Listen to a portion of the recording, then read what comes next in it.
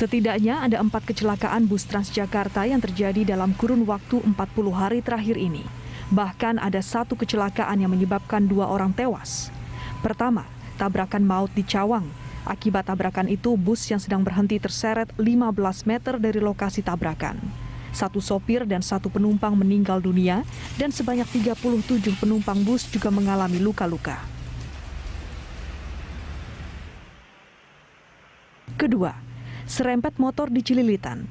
Kejadian itu terjadi pada Rabu 1 Desember 2021 yang mengakibatkan pengendara motor terlihat marah besar karena motornya diseret bus Transjakarta. Berikutnya, selang sehari kemudian, kecelakaan kembali menimpa bus Transjakarta. Kali ini bus Transjakarta menabrak pos polisi di Simpang PGC Jakarta Timur. Dan terakhir, bus tabrak separator di Ratu Plaza. Kecelakaan bus Transjakarta kembali terjadi pada Jumat 3 Desember 2021. Kali ini bus merek Scania itu menabrak separator di depan Ratu Plaza, Sudirman, Jakarta Pusat. Dari sejumlah kejadian tersebut, pihak PT Transjakarta berencana menggandeng Komite Nasional Keselamatan Transportasi atau KNKT untuk melakukan audit terhadap operasional. Badan Pengawas BUMD DKI pun turun tangan. Mereka kini tengah melakukan evaluasi atas kinerja direksi PT Transjakarta sehubungan rentetan kecelakaan bus tersebut. Pemirsa, imbas terjadinya kecelakaan Transjakarta terutama dalam 2 hari berturut-turut membuat Pemprov DKI Jakarta segera mengevaluasi jajaran direksi Transjakarta. Lalu sebenarnya ada apa dengan Transjakarta? Apakah benar adanya dugaan indikasi direksi Transjakarta tidak bekerja secara optimal hingga menyebabkan kecelakaan? Kita akan membahasnya langsung hal ini bersama dengan Direktur Utama Transjakarta Muhammad Iyana Aditya dan juga Nur Afni Ajim, Komisi B DPRD DKI Jakarta. Selamat siang Pak Iyana dan juga Bu Afni. Selamat siang. Oke, saya yakin Bu Afni sudah mencatat secara khusus ya evaluasi apa yang harus diperhatikan oleh Pemprov DKI Jakarta dan juga Transjakarta. Tapi saya ingin tanyakan dulu ke Pak Yana nih. Pak Yana, Transjakarta sedang menjadi sorotan masyarakat beberapa waktu terakhir ini. Pertanyaannya sama Pak Yana, ada apa dengan Transjakarta Pak Yana? Baik, terima kasih Mas Cikal. Transjakarta memang saat ini kita sadari sedang menjadi sorotan publik secara luas terkait dengan adanya kecelakaan yang berturut-turut ya. Sebagai Direktur Utama PT Transjakarta, pada kesempatan ini kami sampaikan kami mohon maaf atas adanya kecelakaan ini. Dan kami sekarang sedang bekerja untuk melakukan evaluasi total terkait dengan operasi dan keamanan dari armada kita dan semua SOP yang ada. Jadi kami semua sekarang ini sedang mencoba bersama-sama dengan operator untuk menggali kembali apa-apa yang rasanya belum dilakukan secara maksimal. Oleh sebab itu kami juga membuka istilahnya masukan dari pihak-pihak luar terkait dengan pelayanan Transjakarta. Begitu Mas Dika. Sejauh ini apa yang dirasa masih kurang optimal Pak Yana? Kita menyadari bahwa pelayanan Transjakarta ini sangat luas dengan jalur yang sangat panjang di seluruh kota Jakarta, baik yang ada di dalam koridor atau yang kita kenal sebagai BRT ataupun yang di luar koridor ya, namanya non BRT dan juga yang mikrotrans. Di sana sini tentu ada banyak sekali kekurangan. Kami bekerja keras untuk mencoba menutupi semua kekurangan tersebut. Dan mungkin barangkali yang kami sekarang lagi konsentrasikan ada terkait dengan keamanan operasi. Oleh sebab itu, seperti yang sudah diketahui secara luas, kami meminta kepada KNKT untuk masuk untuk mengaudit total terkait dengan keamanan operasi ini. Sehingga kita berharap nanti dari rekomendasi KNKT itu yang kita jadikan acuan untuk melakukan perubahan terkait dengan pelayanan dan keamanan operasi dari Transjakarta. Oke. Evaluasi internal sedang dilakukan untuk mengetahui di mana yang masih belum optimal di sisi operasional, kemudian juga Transjakarta terbuka untuk menggunakan KNKT untuk mengaudit juga. Catatan dari Bu Afni, sejauh ini seperti apa? Ya, baik, terima kasih Mas Cikal. Selamat siang Pak Yana. Tetap semangat untuk memberikan yang terbaik untuk transportasi massal yang ada di DKI Jakarta, karena itu menjadi target utama kita. Begini Mas Cikal, terkait pelayanan yang diberikan oleh Transjakarta kepada Pemda DKI, khususnya untuk masyarakat yang pengguna Transjakarta, itu sangat penting dan diatur oleh Pergub nomor 173 tahun 2010. Dan di sini mengatur terkait dengan fungsi pengawasan yang diberikan oleh Transjakarta kepada pihak operator. Dan sanksinya jelas. Sanksinya jelas, pengurangan kilometer atau pemutusan kerjasama kepada pihak operator. Artinya, di sini butuh peranan yang sangat penting dari pihak Transjakarta yang mengatur terkait tentang pengawasan yang dilaksanakan oleh pihak Transjakarta kepada pihak operator. Gitu. Dan terkait perekrutan untuk pihak operator tersebut. Begitu. Terkait alasan yang disampaikan oleh pihak supir yang tergelincir botol aqua, itu kan sangat tidak masuk akal.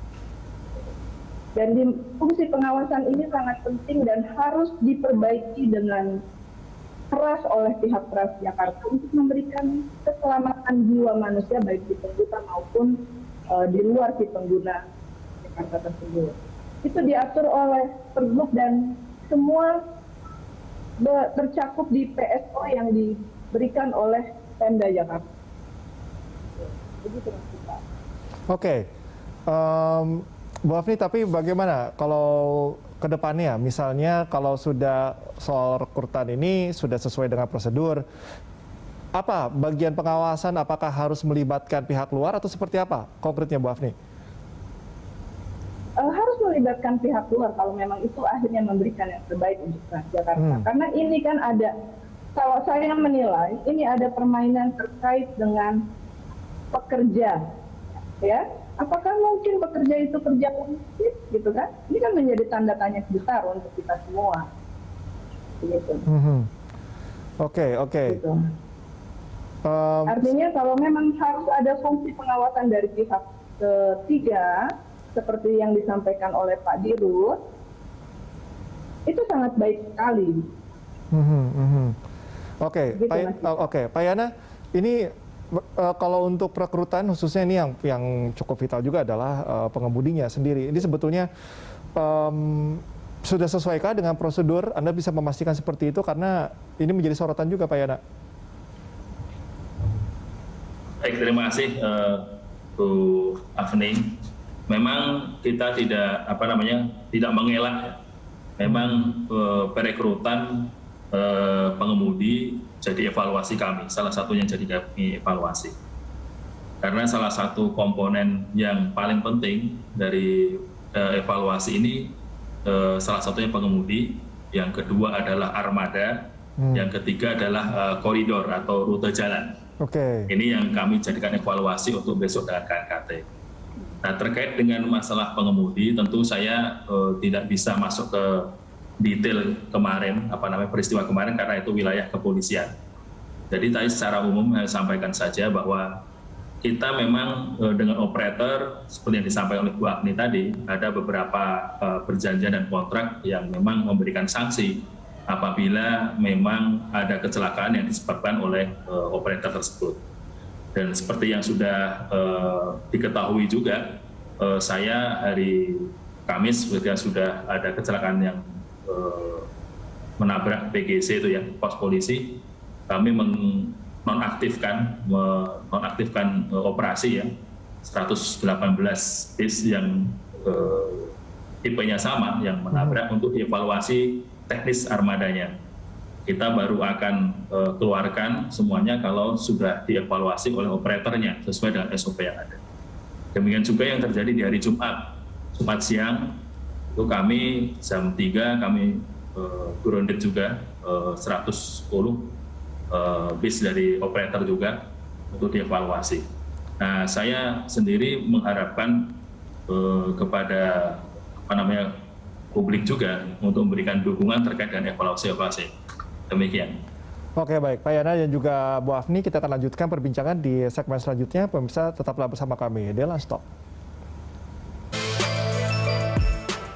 Kita lanjutkan perbincangan, pemirsa. Bu Afni dari DPD DKI Jakarta tadi sempat disinggung juga oleh Pak Yana, ini masalah rute juga menjadi masalah tersendiri karena kita tahu bahwa Transjakarta atau bus Transjakarta masih menjadi moda transportasi andalan dan juga favorit warga ibu kota Jakarta untuk melakukan aktivitas. Ini juga kan sebetulnya hal yang nggak bisa direm, Bu. Nah, jangan-jangan juga kita belum punya standar yang cukup untuk misalnya pengawasan, pemeliharaan, tapi antusiasme masyarakat juga tinggi sekali untuk menggunakan transportasi ini. Bagaimana menyeimbangkan itu kalau dari perspektif dari DPRD? Iya, terima kasih Mas Cikal. Sebenarnya ini kan sudah kita atur dalam Perda maupun Pergub ya. Harusnya tidak ada kata tidak siap. Transjakarta ini sudah berjalan kurang lebih 15 tahun ya. Untuk pengadaan transportasi massal berbasis keamanan dan kenyamanan yang diberikan oleh Pemda DKI. Nah, ini Transjakarta ini tidak boleh mengatakan tidak siap dalam penentuan rute maupun dalam perekrutan dan pemeliharaan dari si pihak armada yang diberikan, baik itu dari Transjakarta maupun dari operator tersebut. Ini kelalaian dan ini yang terburuk dari semua pelayanan Transjakarta dari sekian puluh tahun yang sudah disiapkan oleh Pemda DKI, ini yang terburuk gitu. Dalam 1 bulan 4 kali kecelakaan gitu. Begitu Mas Cikal. Nah, harus pengawasan yang diberikan Transjakarta terkait maintenance terhadap armada tersebut pun di mana begitu. Karena ketika kita rapat Komisi B, DPRD mengharapkan fungsi pengawasan itu jelas dan ini menjadi perhatian gitu. Jangan sampai pihak Transjakarta bermain-main di dalam fungsi pengawasan Transjakarta tersebut, baik maintenance armada maupun perekrutan si operator tersebut gitu. Jelas kok sanksinya, pengurangan kilometer atau pemutusan kontrak kerjasama begitu. Oke, Pak Yana, Transjakarta sudah belasan tahun melayani aktivitas masyarakat, hampir sebelumnya tidak ada atau no issue begitu ya, tidak ada isu-isu yang cukup fatal begitu. Tapi kali ini terjadi, betulkah karena di rentang waktu itu terjadi kelengahan dalam hal pengawasan dan juga hal-hal yang terkait lainnya? Baik, terima kasih Bu Afni, Pak Cikal. Kami sekali lagi menerima masukan ini dan memang data seperti yang disampaikan Bu Afni memang seperti itu. Tentu kami punya data internal yang lebih komplit ya, tapi nanti pada saatnya kalau ada waktu kami sampaikan. Tapi yang paling penting di sini terkait dengan perekrutan atau paramundi, armada dan koridor tadi itu menjadi konsentrasi kami. Kami terbuka, oleh sebab itu kami mengajak pihak independen dari KNKT untuk memeriksa. Silahkan kami diperiksa apa yang terjadi di antara TJ dan operator ini. Perlu kami sampaikan bahwa operasional bis Transjakarta itu bukan hanya milik Transjakarta saja, ada juga yang milik operator yang jumlahnya 17 di selatan Jakarta ini. Tentu kami dalam hal ini melaksanakan SOP, memeriksa SOP yang ada di mitra operator tersebut, kita laksanakan.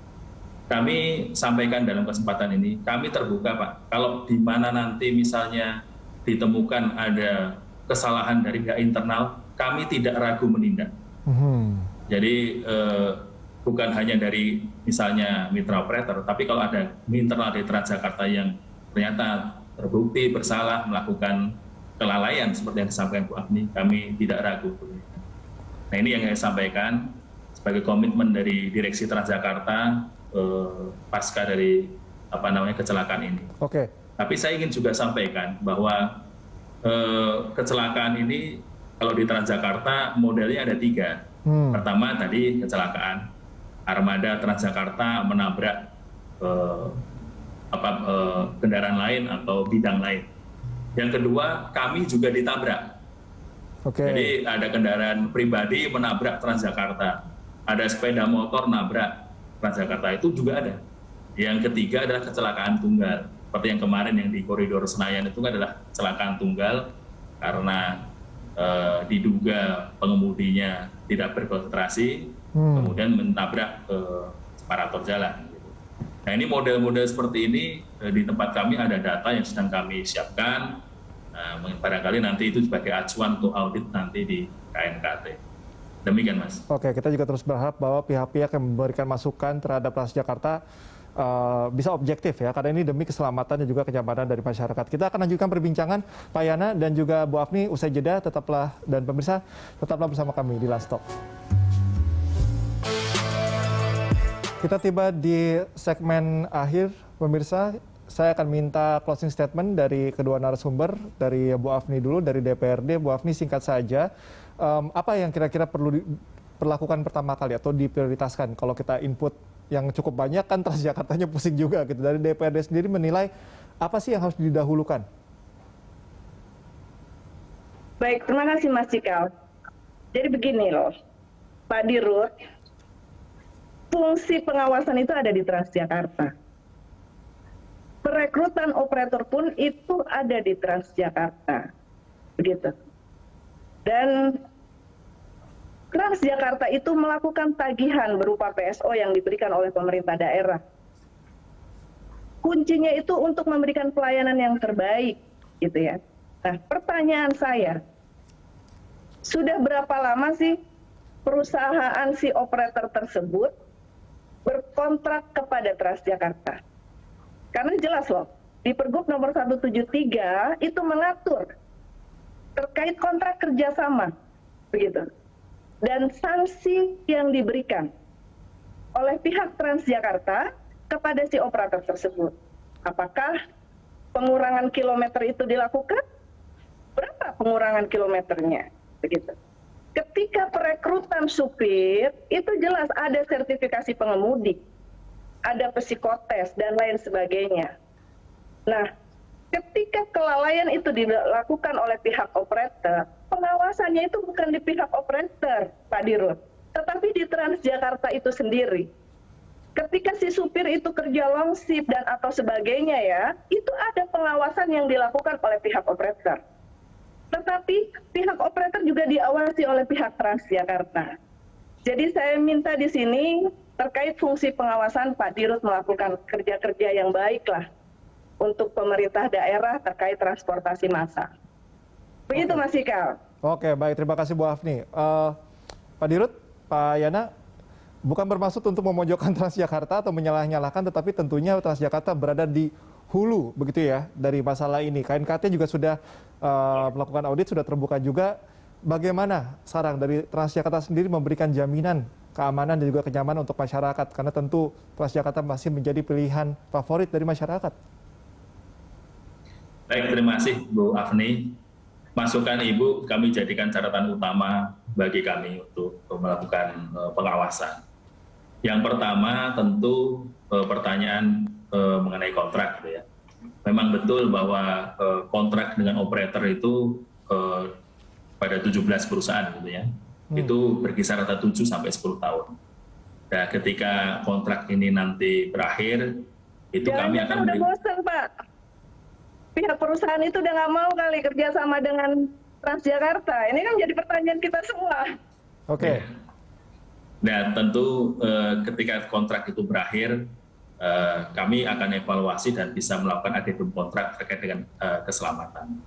Nah, item-item yang terkait dengan apa yang menjadi adendum itu yang kami harapkan rekomendasi dari KNKT.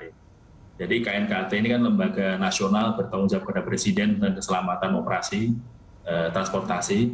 Nah, dari rekomendasi itulah yang nanti kita jadikan sebagai masukan untuk adendum kontrak misalnya. Itu harapan dari kami kepada para operator. Oke. Karena kami sadar sesadar-sadarnya bahwa bisnis Transjakarta itu bisnis keselamatan sebenarnya. Jadi oleh sebab itu karena keselamatan ini bukan hanya ditentukan oleh kami, juga ditentukan juga oleh operator. sehingga kami ingin juga para operator meningkatkan standar seperti yang kami inginkan. Oke, baik. Nah, semua yang terkait dengan hal itu ada dalam masukan yang nanti kami harapkan masukan dari KNK. Pak Yana dan juga Bu Afni, Demikian. banyak hal yang bisa kita breakdown dari masalah ini, tetapi sayang sekali waktu kita terbatas. Terima kasih sekali lagi, kita harapkan sinergitas yang baik antara DPRD, Pemprov, dan juga Transjakarta untuk membenahi masalah ini. Dan terima kasih untuk Bu Afni dan juga Pak Yana atas waktunya. Siap, terima kasih. Dan pemirsa, demikianlah Lunch Talk hari ini. Atas nama seluruh kru yang bertugas, saya Cikal Mutazam pamit undur diri. Terima kasih dan sampai jumpa.